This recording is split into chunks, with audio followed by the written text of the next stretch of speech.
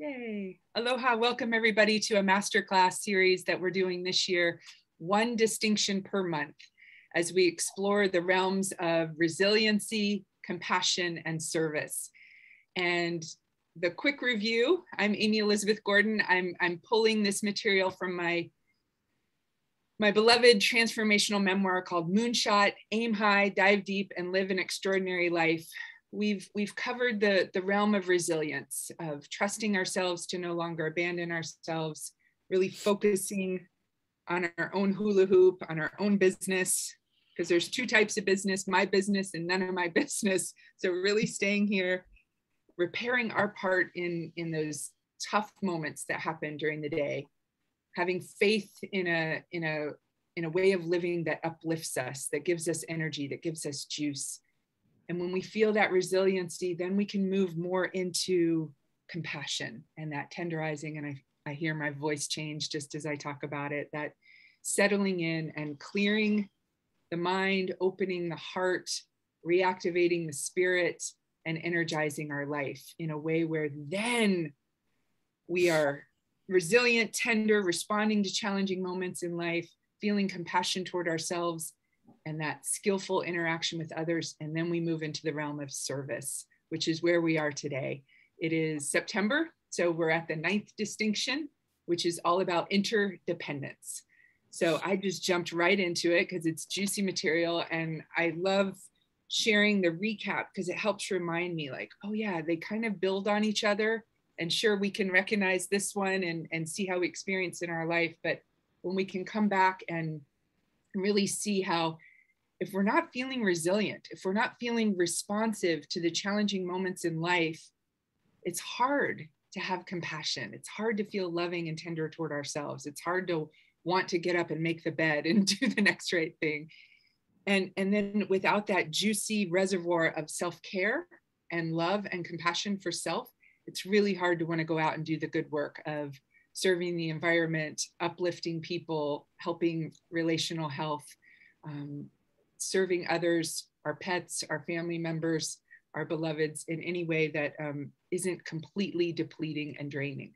So that's why we start with interdependence, which is really a beautiful place to land. So I am your nudge master, encouraging you to live an extraordinary life. And I have a nudge master, and she is my beloved Mary Wiest, and she has known me.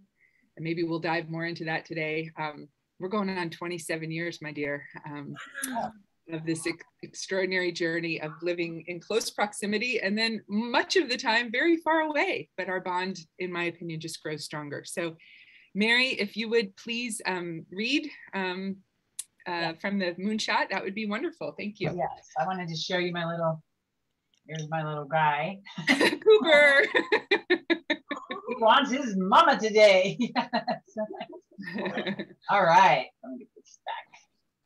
Okay, so I'm reading out of the memoir, Moonshot, Aim High, Dive Deep, Live an Extraordinary Life. Chapter 9 is Interdependence. Interdependence, ordinary definition: dependence of two or more people on each other. Interdependence, the extraordinary definition: the way of living that uplifts the world. And parentheses, yes, it's the same as service definition. So, I didn't know. So it's the same as the service definition. So the way of living that uplifts the world. A couple quotes: when you realize there is nothing lacking, the whole world belongs to you. Wow. Who does that name? There. And then the second one is: the greatest threat to our planet is the belief that someone else will save it. Robert Swan, English explorer. Yeah. Who did the first quote, Mir? Lao-Tzu, L-A-O-T-Z-U. Lao Tzu. Yeah, both of those are old quotes. Lao Tzu is definitely an older quote, but yes, it's beautiful. Yeah. Thank you for reading that. So at the beginning of chapter 9, right before that in the book, it's the introduction to the realm of service. And I define the extraordinary definition of that as the way of living which uplifts the world. And then when I got to interdependence, I thought, it really starts there. It is that way of living, of recognizing iola oi, iola maukane. Yeah, that my life is dependent on yours, your life is dependent on mine. And I think when we can really grok that, really comprehend that and get it on every cell, it really does uplift the world. And that's what I wanted to dive into more intimately and in a deeper way today. So my special guest is Mary. My special guest is our relationship, is our way of really recognizing, it's a vulnerable one. And I wasn't even sure I wanted to record this one. I wasn't sure, I'm not sure what that's about, but I just get to recognize that it comes up a little in me. Like for me still to experience the need, the desire for human connection is one that feels stretchy to me. Like, oh, I feel a little vulnerable here. But when I relax into it and allow myself to fully receive and know that I'm bringing something to it, it's a beautiful thing. So we do have Ashley in the waiting room. Let me go ahead and admit her. Okay, there we go. Beautiful. I believe Ashley lives here in Honoka'a, but she is on the mainland right now, maybe in California. Aloha, Ashley, if you'd like to, there you are, hi. I have you muted. You're welcome to unmute if you would like to say hi and let us know where you're joining us from. You're welcome to. Hi, yep, I was muted. I am in California. I just got here last night. Yay. To meet you guys. Yeah. Yay. Glad you could join us. We have Mary who's joining us from Denver, and Terry is down in Volcano. And we have a smaller masterclass today. It's a little more intimate. It might be a little more interactive. So please contribute as you feel willing and able. If that feels like it's bubbling up within you, by all means, we can do that. This session is being recorded. So at the end, Mary and I decided, yes, we can share that with others, or that was a little bit too personal and intimate. Maybe we'll just keep it to ourselves. And I love that we get to make that decision at the end. And I honor whatever we have as a group think decision as we heartstorm that at the end. So with that, we had just read the definition of interdependence from Moonshot and shared a little bit of the other distinctions leading up to it. Don't need to recap that again. I'm sure we can go over it later, or you can watch the beginning of the recording, Ashley. That's all good too. So yay. All right, so I sent out a few questions in the email and I thought we would use those as the backbone of our discussion today. But before we did that, I wanted to show you something that I drew and I'm curious. This isn't a word, this isn't a code or a mantra or anything. But this is how I used to explain healthy relationships or unhealthy relationships to people when they need a visual, because we're all different kind of learners. Some need to hear it, some need to read it, some need to experience it kinesthetically, some need to see an image. So they're like, oh, so this is a quick quiz. Raise your hand. No, I'm not going to do that. Which one do you think represents a healthy relationship? Which letter, which symbol? V, A, or H? Ashley, what do you guess? I'm going to say H. Yay, you're right. Why do you think that is? Well, because it's two parallel lines with an equal balanced line in between. Yep, 100%. I love it. I love that it's obvious. Okay, I'm going to ask you to mute, Ashley, because somehow I'm echoing. I don't know why that is. Thank you. Okay, so V, it's like two people kind of going apart from each other, right? There's something connecting them. Sometimes it could be a business or children or something, but really their head and their hearts are heading in two opposite directions, yeah? A, they're very intellectually connected. They might have some heart connection, but their actual lives, their feet, their where they're heading, kind of going in different directions as well. Whereas the H to me really symbolizes that head over heart over hara, or head over heart over, you know, your na'au, your strength, you're lined up, your power centers are in that beautiful vertical alignment. And then the connecting point is that heart center, which to me is the most important heart connection of anything. And this is where I get to be a little vulnerable, because I did want to share this.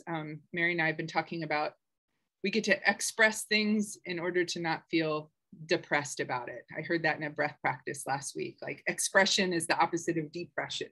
So for me, it's helpful to share this. So here's ironically, I grew up thinking it's all about it's all about me. It's not about like needing anyone else. It's supposed to just be little me, independent me. I got to figure it all out. And I remember hearing that I is the beginning of illness, and then we is the beginning of wellness. So I was like, okay, maybe there's something to this we. Maybe it's okay to need, because my mother very much gave me the message, be strong, be a survivor, don't need anyone. It didn't really help me in my relationships. So then when I finally started to let myself need somebody, I was like, oh my gosh, this can feel so good. It's so fulfilling. So then somehow I thought a healthy relationship was like this.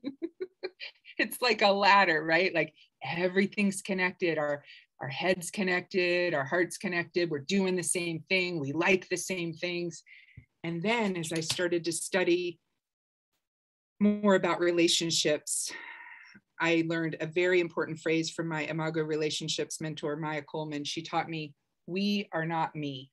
I don't know if this is backwards to you or not. These don't matter because they're symmetrical, but my letters might be backwards. We are not me. So it may sound like I'm saying two different things, but they're not. And there's a key distinction that I really wanted to ground our conversation in today, which is we need each other. We are social creatures. We are emotional creatures. We mirror each other into existence. We see each other. We attune. We uplift each other. And we are not the same person. So my warped perception of what a healthy relationship was comes to, it's almost like the layers keep coming off. And a big one came off last week because I had asked my beloved Mark to do Interdependence as my special guest today. And I just had this assumption, our heads were aligned. We're going to move forward on this profession and coaching and sharing. And he's been telling me for about 5 years, Amy, I'm not really interested in that right now. I don't really have the bandwidth. I don't have the time. I don't have the space. He works for the state. I could list all the things that he's doing. He's a busy guy, but in my mind, I've been waiting. Yeah. My heart, I've been like waiting for him to be ready, and this will be it. And when he said it the other day, it was like the whole facade just fell apart. Like I finally heard it in a way where I felt heartbroken and like I'm in this grief spiral. And then I was like, wow, where have I set this up? How many times in relationship have I fallen in love with the potential of who I think this other person is, or what I think our connection could be? And where have I set myself up for disappointment? So I share that very vulnerably. And I'm curious if anybody has any response to that, if you've ever had a similar thing or have any questions or comments about that, because that's where I wanted to really point out that this, I don't think, is the ideal relationship. Mark and I don't share the same interests on everything, on every level. And he's not a daily yoga track paddling person like I am. And I'm like, can I still be in healthy relationship? And there's a resounding yes. And that's what I'm here to explore a little bit more with you today. So I'm going to open it up for a moment because I just did a big, any response from anybody? One thing that comes up for me is, why can't I hear you? I don't know. Oh, now I can. Go for it. Is that when Amy said, Mark can't do it, I don't know what to do. And I'm like, well, you and I are interdependent. Like, it's not just the other, that partner, and so that I always wanted to be sure to bring that in. And just that I've learned that it's just been good for me to grow my knowing that, there's a lot of things I'm interdependent, my pet, I think you said it, the pets, the work, even things like my work, like Amy and I, and my family. And so that I'm always evoked because it does want that main person, you know, that main partner. I definitely have that Zoom as well. And I still am working on deconstructing the construct that's just going to be the all fulfilling end all and be all. And when that is settled, everything else will fall into place and I won't want for anything. Mm-hmm. So I've had those, yes, I've had those realizations. I've had those falling aways. I remember when I had the awakening, I was working with a woman and I don't know, I was in my 40s probably, but she's just like, that's what girlfriends are for. And I'm like, he's not talking to me. He's not, we don't have cozy, you know, he doesn't listen. And I want to talk. I need somebody, you know, just that sort of wanting. And it was just, but I'd heard, it was just this so clear. They said, that's what your girlfriends are for. That's what women do for each other. That's not, you know, that's not, and it was like, wow. And it just ended a real suffer. You know, that was the beginning for me of really stopping to suffer and then even embracing my girlfriends like more, because I love my friends. I've always loved my friends. And so that was a turning point. So I just wanted to bring that in, is that I think it's really healthy when we do look at all of our relationships. And the same thing happens when people are really myopic, because that's right about work. They're work, and that has to be great. And it's just like, no, it's not just work. What about this? Because I think we just get to clear up around anything we're hyper focused on. If we can back up and have a different angle in, it just changes things. If that makes sense, you know. So I like playing around with the different relationships. It's good. Yeah. Thank you, Mary. Very important, and 100% on the conversation we had earlier this week. You're like, well, we could do this. You know, we have this interdependence, and it's absolutely true. And I wouldn't be sitting here doing this without you and your presence in my life. So yes, to recognize that, you know, we don't have to put all the eggs in one basket, so to speak, in that primary beloved relationship, that it can be a heartfelt connection. And for me, that heart connection is about safety. Like if I feel safe around this person, that's where I'm going to put more energy. I think safety is a prerequisite for healthy interdependence. I've taken the concept of interdependence like, oh, it's up to me to save the world and put the weight of the world on my shoulders, and I've got to do everything for everybody. And boy, that didn't get me where I wanted to go.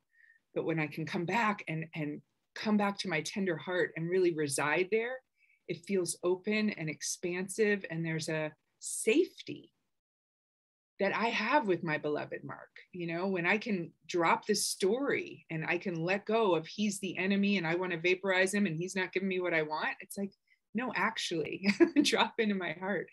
Wow, what a golden energy in my life. And then there's that appreciation, and the safety then allows me to try with other people. So I have another story to share, unless somebody else wanted to pop in. No? Okay.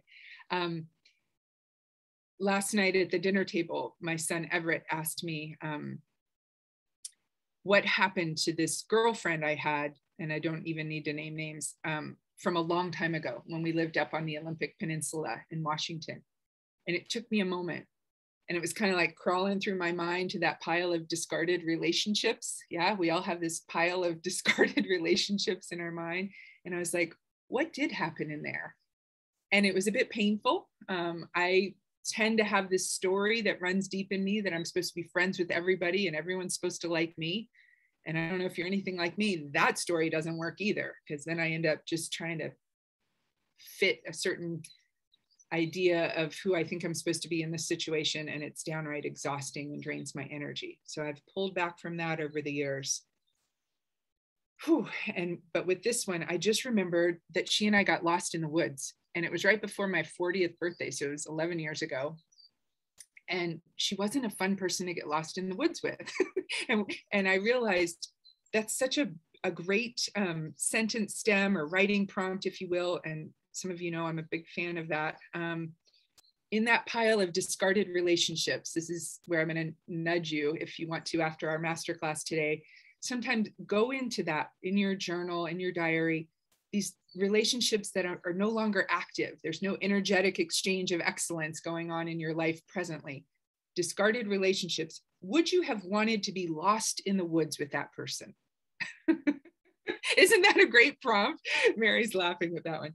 And if so, why or why not?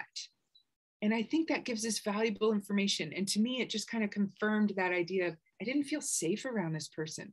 Every time I was with this person, she had a myriad of complaints about how the world worked, how religion worked, how money worked, how the school wasn't fair to her daughter, and our kids were at the same school, this Waldorf school. And it was just like that chronic negative energy that, in my experience, my interactions with a number of women in my past went that way. It was like we would come together and it would just be a bitch fest, if you will, like character assassination. And we're just going to, and it's like, those do not uplift the world.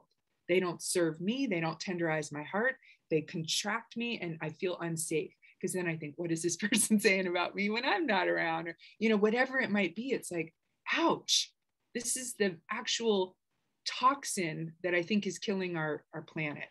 And I think a lot about the landscapes on the planet because I'm passionate about that. And the Roundup that, if we just spray it willy-nilly all over the place because we don't want to have to weed or find other ways of dealing with stuff, that's like criticisms of others and judgments and complaints on a constant level. It's toxic. It does not nurture the space around us. It does not uplift and nourish us to give us that crop that we want in the fall, or that, anyway, I could say more about that. But that happened last night and I was just, oh, and we had a friend at dinner and she said, you seem to be triggered by some old stuff. And then I was like, oh yeah. And she's like, you're so hard on yourself. And I was like, oh, there's that message that I've heard so much in my life. Yeah. And so I'm looking for that sweet spot in the middle. And I talked about that in one of the questions in the email, the sweet spot of radical self-care, really taking care of yourself and having care for others and having that, which one was it? It was number 3, that do you feel out of balance with your self-care needs and the needs and desires of others? And I said, there is a sweet spot in the middle and we'll explore it. So I'm jumping to that one first, just to say that sweet spot for me has been, what do I do with the information of, Amy, you're so hard on yourself, or Amy, you need to lighten up, or, my stinking thinking is, why don't I have that friend in my life anymore? What did I do wrong? And I get to turn it over in a way where I come back and really think about that safety. I didn't like being lost in the woods with this person. I get to wish her well. I get to wish her guidance as she gets out of the being lost in the woods of her own mind. I get to focus on what are the 3 MITs. So if you're taking notes and you want to jot this down, to me, the 3 MITs are the 3 most important things. And I think on any given day, if you're anything like me, you may wake up and have 10, 20, 30 MITs. It's like we can't have 10, 20, 30 priorities in our life or we're spinning all the time. But if we can simplify things and just be like, okay, these are the 3 MITs. These are the 3 most important things today for my self-care and for my connection with others. And it may be the 3 most important people that you need to interact with that day. So for me, it was waking up. I'm doing, Mary got me these cool face massage tools. It's like the detector, and you get these reflexology points on your face. And it's been really cool to just look in the mirror. Mary can give you information if you want more on that. I'm not an affiliate member or anything, but anyway, I get to look lovingly, soften my gaze in the mirror toward myself, do this self-care routine, which can take 1 minute to 5 minutes. It's no big deal. But when I do that, I'm juiced up to go check in with my son. He's got a debate tournament this weekend. He's maxed about that. Turns out, Terry, I know we gave you that update last week, and Ashley, you don't know anything about this, but my son's had this growth on his liver, and now the doc is saying they want to do surgery. And so we were like, okay, 3 to 5 days, and just pacing myself with it. The most important thing today is to call the doctor. one thing, one step, one direction. And then Mark's like, we need a second opinion. We need to talk to our friend who's a radiologist. I'm like, okay, you can do that. I'll share the contact. I can't take that on right now. Do you hear how my voice has shifted? This is how I've found a way to self-soothe and stay lovingly compassionate, connected to others, to change the tone of the voice within. It's not up to me to now get a second opinion and worry myself. Ladies, I haven't slept through the night all week.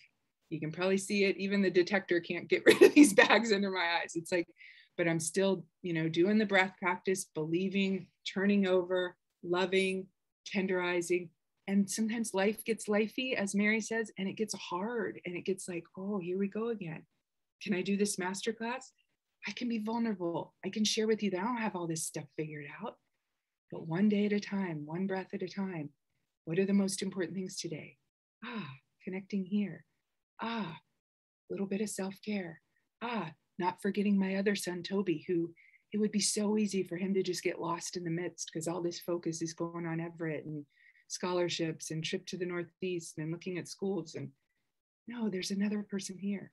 And then I get to humbly recognize I'm forgetting my son, my husband, Mark, because I'm so busy with all these other things. So how do I tend to that also?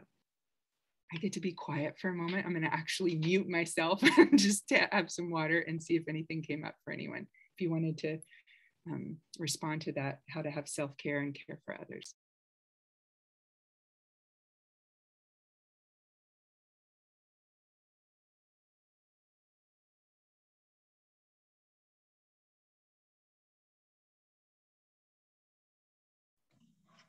I'll share. I am in California and I just arrived for work. And prior to COVID, Amy, you already know this, I would go monthly, very regularly. And then COVID hit and I didn't come obviously for about a year and a half. And I lead a team. I'm a chief operating officer for a home care agency. And we've got about 20-ish people we call administrative or office staff that I primarily oversee, and then they oversee home care aides and people within the field. And it's really important as a leader to have connection with your staff and the people that are really, they're like my right hand gals, right? Like they really are who do a lot for me in a professional setting. But when you aren't with them for so long, even just this kind of communication and Zoom, it doesn't feed the relationship in the same way as being with somebody and being able to give them a hug when something personally sad has happened to them in their life. Like people have lost dogs this year, or there were fires and people were evacuated, like there were really major things that were happening. And I always want my staff to know that like I'm a human and I am here for them and I love them as a person, and not just as coming back now on a very irregular basis. I can feel there's just some disconnect. So, I guess what hit me, Amy, was just the connection to others. I really want the intention of this trip to be people focused, and work focused. I have the opportunity to put aside my husband and my kids and my Hawaii life for the next 4 nights and really just make sure that those relationships are just recognized and noticed. And I say that to them. So that's there. Mahalo. Thank you so much, Ashley. I'm really hearing that desire to outpour, to pour into and nourish those relationships that you haven't been able to have the face-to-face or the heart-to-heart connection with. And my hunch is in doing so, you will be fueled up. And then when you come back home, you know, there's a renewal there. And I know Mary and I were talking before we hit record, she's doing a quick trip this weekend, and yes, love to do the quick trip and the restoration, you know, heading up to the mountains and the beauty of the Rockies in Colorado. And she does it every year. Hope it's okay, I'm sharing this, Mare, but it fuels you and it takes effort. Yeah, wrap up work, you know, get stuff done. And then, you know, but I'm so happy that Mary is getting a massage at 4 p.m. Mountain Time before she goes into her weekend. And I get a little vicarious thrill out of that. So I really want to highlight what you're sharing, Ashley, because that's so vital. It's, you know, I don't know what I do know what the thing is, and I'll put it right next to this. This is also, they're all, what is the word? Symmetrical letters, symbols. So they'll look the same, but you've heard me say this before, the SOS, or maybe it's backwards on there because the S can look backwards, but this is how I define relational health: the relationship with self, others, and spirit. Self, others, and surroundings. Self, other, society. You know, whatever, however you want to define that bigger S. Like, you know, I used to draw support circles for people, and it starts right here. Like, if you're not supporting yourself, if you're not trusting yourself to no longer abandon yourself, you may want the healthy relationships with others, and you may lean too heavily on them and become dependent on them. And there is an unhealthy dependence on others. You know, we can call it codependency, we can call it dysfunctional. What I call it is when loving you is hurting me. Like, I'm pouring everything into you and I'm forgetting myself. I'm enabling unhealthy relationships for that person. Or, you know, I've had tastes of those in the past and they don't serve me. So I've taken in that information and I've pivoted. Like, they're in that pile of discarded relationships, right? And a number of those people I would not want to be lost in the woods with. I guarantee you that. Like, no, thank you. So that self-other, getting fed by that in a healthy, energetic exchange. And then spirit, the surroundings, the society, oh my gosh, this is uplifting me. And I felt that yesterday. I unplugged completely from email and I went up to the woods with my father-in-law, and we hiked around 5 miles up on Hualalai, and I was just so happy. And the little birds mating in front, and then the EO, the Hawaiian hawk, comes down to get him right there. And just that pause, that Mary talks about the pattern interrupt, you know, like, oh, what's different in my week this week? Oh, I have time right now to go do this and be outside. And that recharges me and rejuvenates my spirit, which allows me to be here today. So we're all interconnected, that interdependence, that way of living, which uplifts the world. I think one of the greatest phrases that my mentor, I mentioned her earlier, Maya Coleman, I trained with her for many years, many moons, I still do. She has taught me a couple of key concepts. You know, if my reaction to things is hysterical, it's probably historical. So if Mark's doing something and I'm like losing it and it's just a minor thing, it's probably linked to something in my past. It may be something in my ancestors' past. It may be historical collective trauma of untold dimensions. And I used to think I had to figure it all out on an academic, intellectual level in order to heal it. We don't. We feel it to heal it. We take in that experience. And Maya Coleman said to me, every night before you go to bed, I want you to turn to your beloved Mark and say, I love you, I need you. And I was like, I was just speechless. I couldn't utter the words. It was like the Fonz on Happy Days trying to say he was sorry. Remember how hey, he couldn't say he was sorry. It was like, you want Amy Elizabeth Warren to say she needs somebody? Are you kidding me? And this was after we were married. I was still being the staunchly independent woman. And I still go there in those dark neighborhoods of my mind. When life gets tight, I'm like, I'm just going to do it on my own. Push, push, push. And it's hard. And I'm getting tired of that self-imposed sort of prison I put myself in. So I got to utter, Mark, I love you, I need you.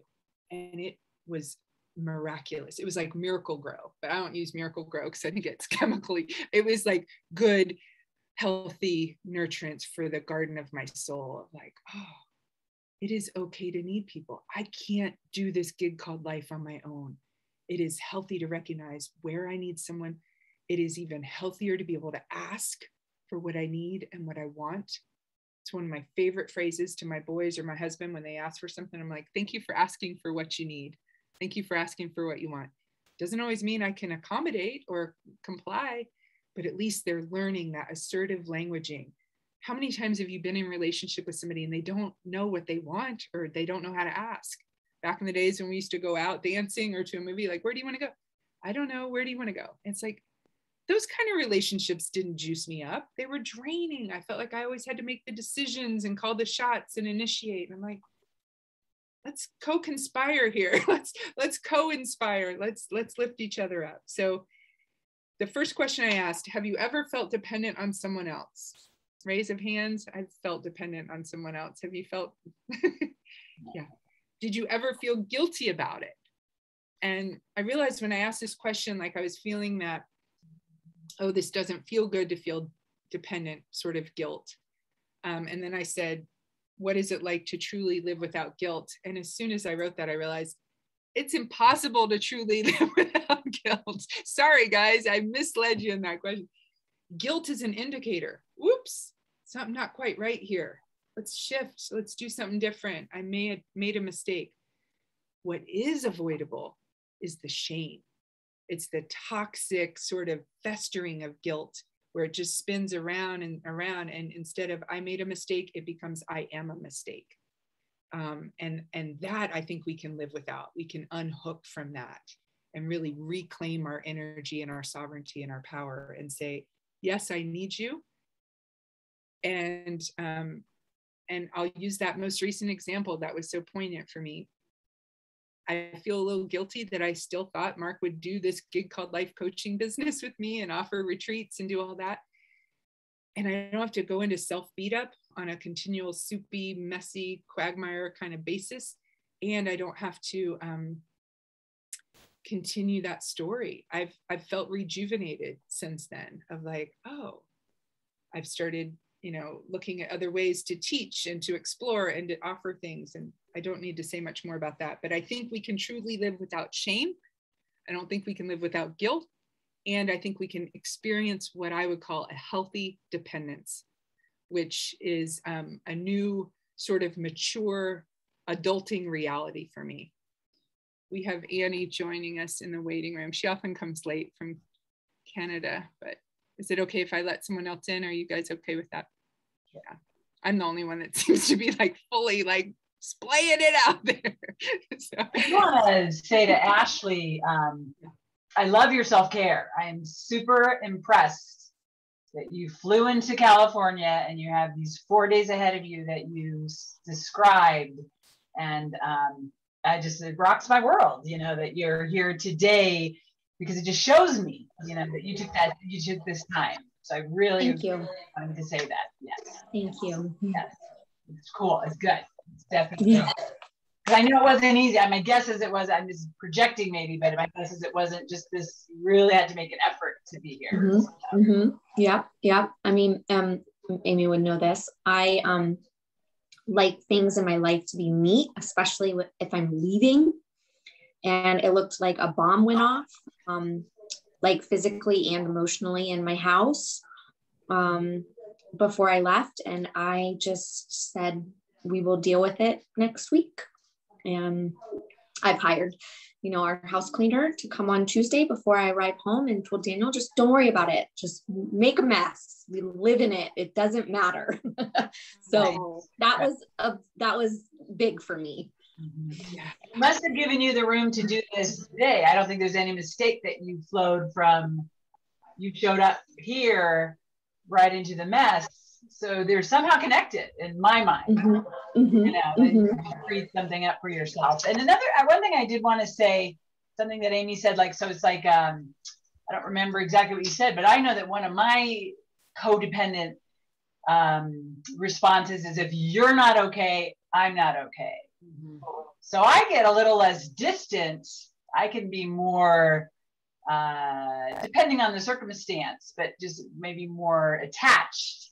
But so that it just was the opposite of something you said, like an experience you can have. But so for me, I've really recognized, and that was in my role in the house. You know, I was the person that made people feel okay, but that's part of what screws me up, being in that interdependence and being more codependent, is just that anxiety and those antenna, you know, that kind of Star Trek empath, you know, reading the room before I even show my face, you know, like just kind of laying back so I can see where it's coming from, and it's not okay. So until everything out there is okay, I'm not going to be okay.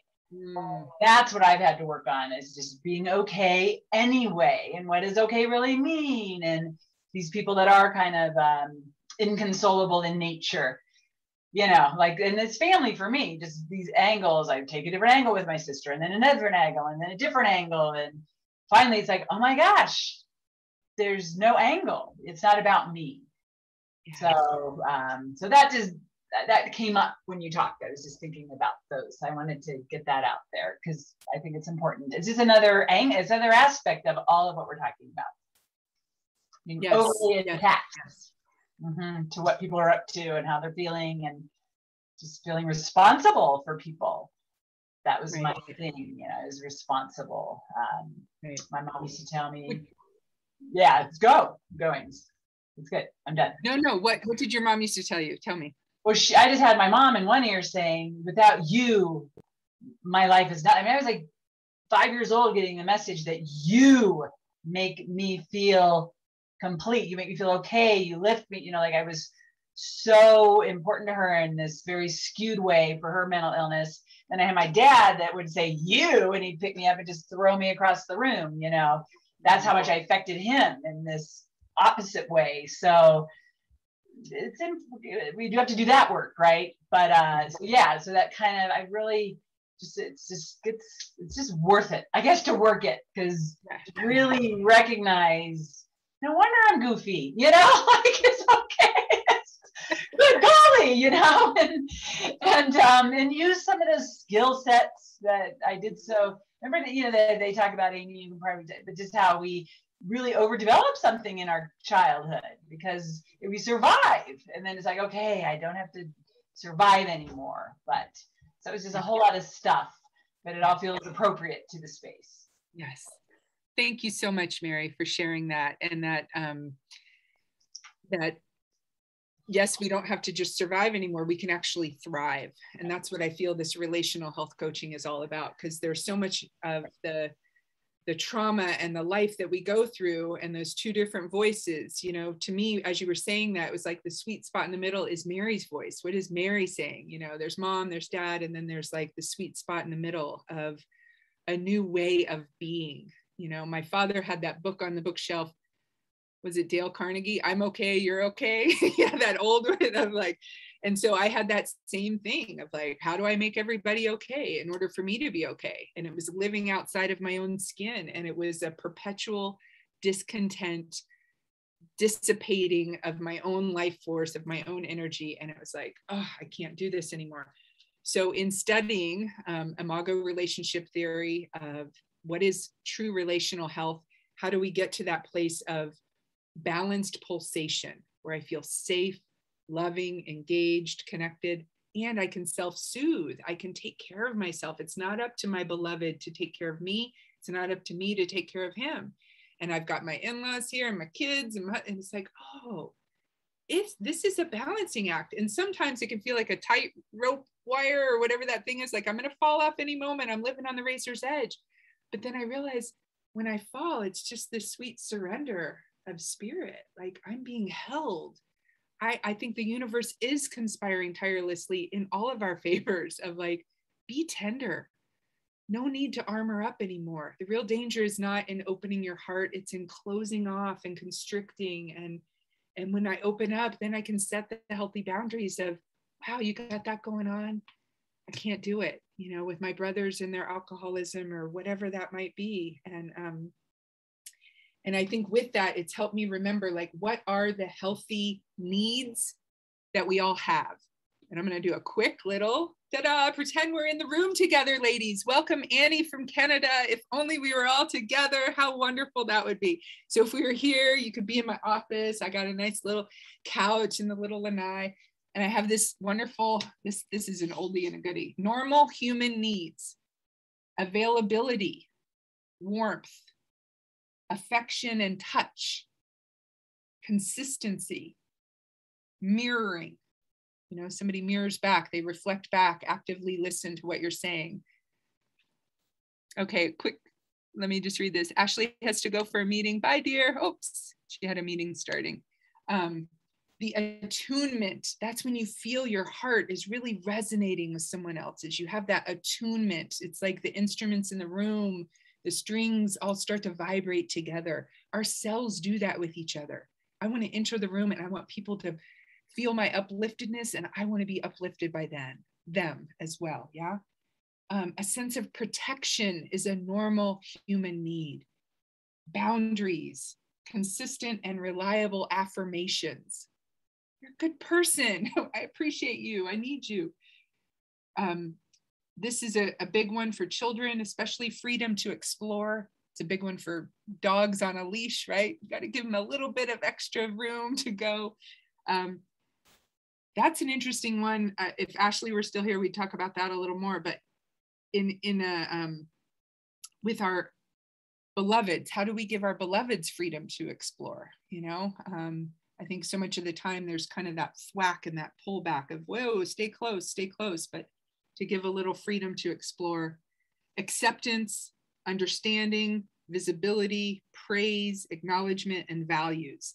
It's like I pulled this out this morning. I haven't looked at this in years. I haven't done it in person in years. And it's like, oh, it's okay to have these needs. It's okay to recognize I can't meet all these needs on my own. If we were to go over those line by line, most of those involve an energetic exchange with someone else or some, you know, the outside world, our beloved family in the trees and the rocks and in the ocean. I wanted to say,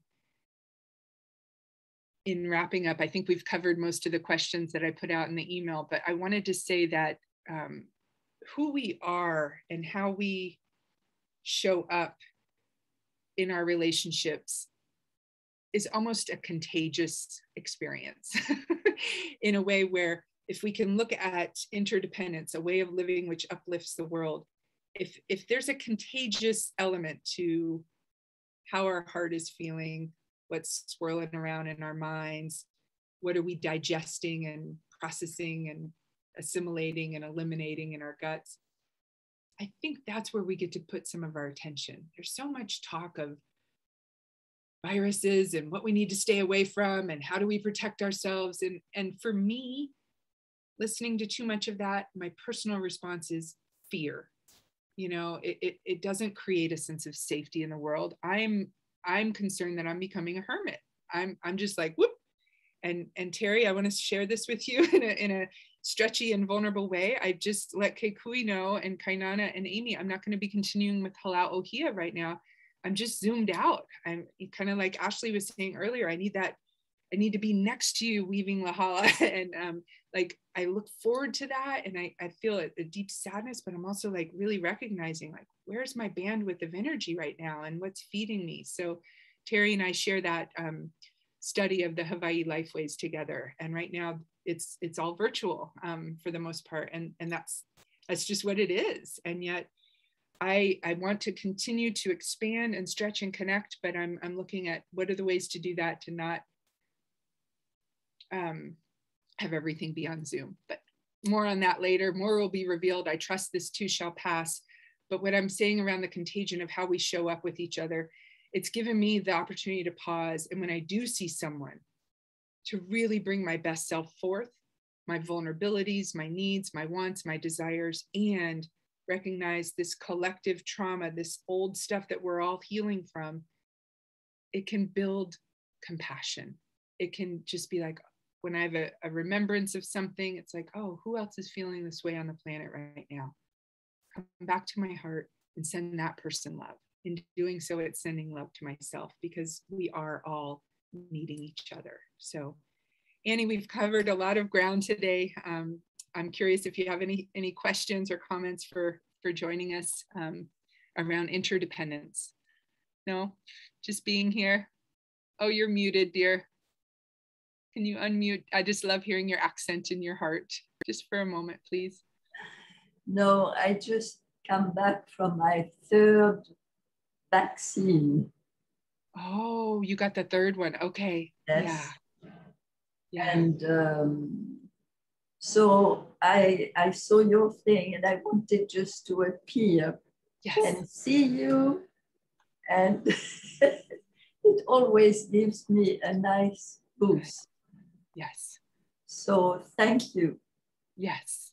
Thank you, Annie. And thank you for sharing where you are right now. And may the love and the connection, I'm covered in chicken skin right now. So this Zoom thing does work. I'm going to kind of contradict what I was just saying, but that sense of interconnection, that we do lift each other up, that interbeing, that interneed, may the love you feel from us swirl around with that vaccine as it's swirling around in you to strengthen your immunity, to build your resilience, to grow your compassion. I'm so delighted that you popped in. It's always just a delight to see you, my dear.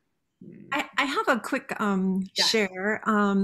So I'm kind of like the fixer in my house. It's like I run around and make sure this is happening for my husband, or run around. And we had a weekend planned in Kona with my sister and her husband and everything.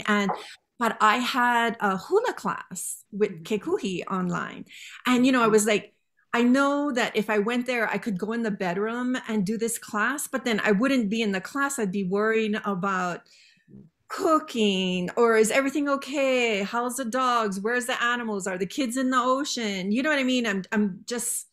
I can't like distance myself from that intermingle. So what I did is I told my husband, look, hey, you're going to go to the beach house and you're going to open it up, and my sister guys are coming. And I called my sister. I said, hey, you're in charge of dinner, and I'm going to take my class, and I'm going to come the next day. And it was so hard for me. It took me like all week to like get the courage to like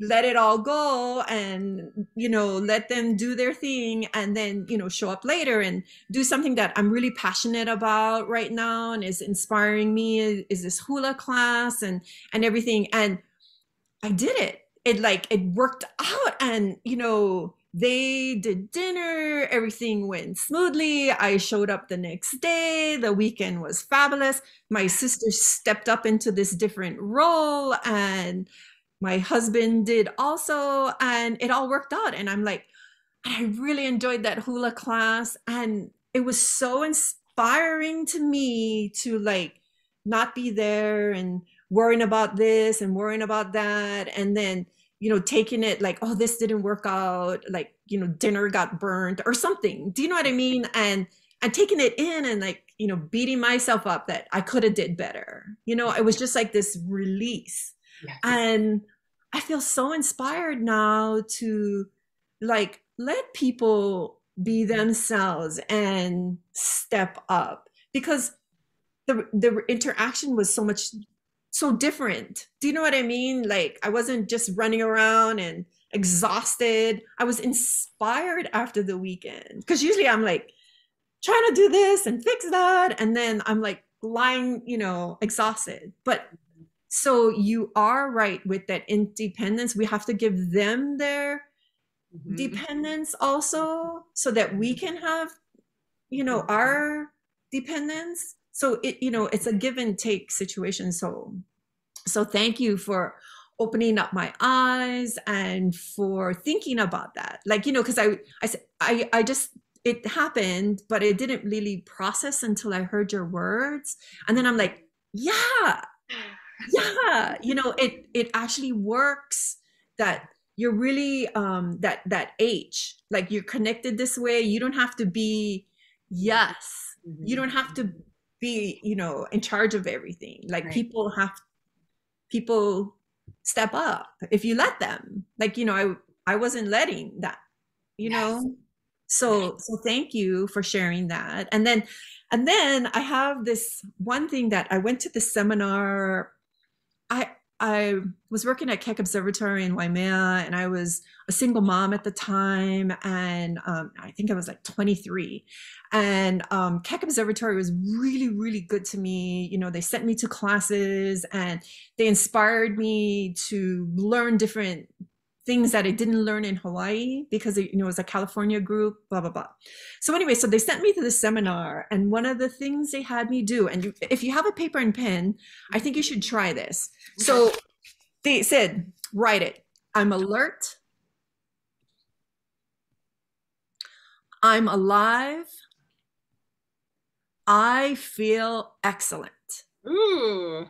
And I mean, every time like I make my list of my to-dos or whatever I'm doing, or even if I'm like so like overwhelmed or depressed, I'll write that down, and boom, this like blast of energy, because it's a right, you know, we all are alive, and if we're alert, and then it just like builds up this, I feel excellent. Even though you're like crying and something happened and you know you're like depressed, it just inspires you to like, yes, this is happening, but I can and will and forward, you know, imua. So anyway, that's what I wanted to share. And what is the third one? oh, I feel excellent. Yeah. I think you just gave us our 3 MITs for today or for the weekend, our 3 most important things. Yeah. I am alert, I am alive, I feel excellent. And as you said that, I felt the universal energy, like it's always swirling us around, you know, and that's what chanting helps me do, is like tap into it. And this, what is the story we tell ourselves about our experience? I am alert, I am alive, I feel excellent. Yeah, so maybe we could all end with that. I just want to mirror back, Terry, your awareness. I wish my sister-in-law could hear you. I wish my mother-in-law could, that awareness of, I'm going to give people the dignity of figuring this out on their own. I'm going to be humble enough to recognize I am not indispensable. I'm going to be gracious enough to feed myself first and then go interact with others. And that experience is forming a new blueprint for you in a way where, you might start to notice shift is happening in a way that is most excellent. So thank you so much for sharing that. There's always more to say, but I want to honor our time. It is the top of the hour. I'm going to stop the recording, but maybe before I do that, we can all unmute and we'll say them together if you're game with me. I am alert, I am alive, and I feel excellent. Okay, unmute. All right, ready? On the count of 3. 1, 2, 3. I am alert. I am alive. I feel excellent. Yes. That was awesome. I'm going to stop the recording now. Okay.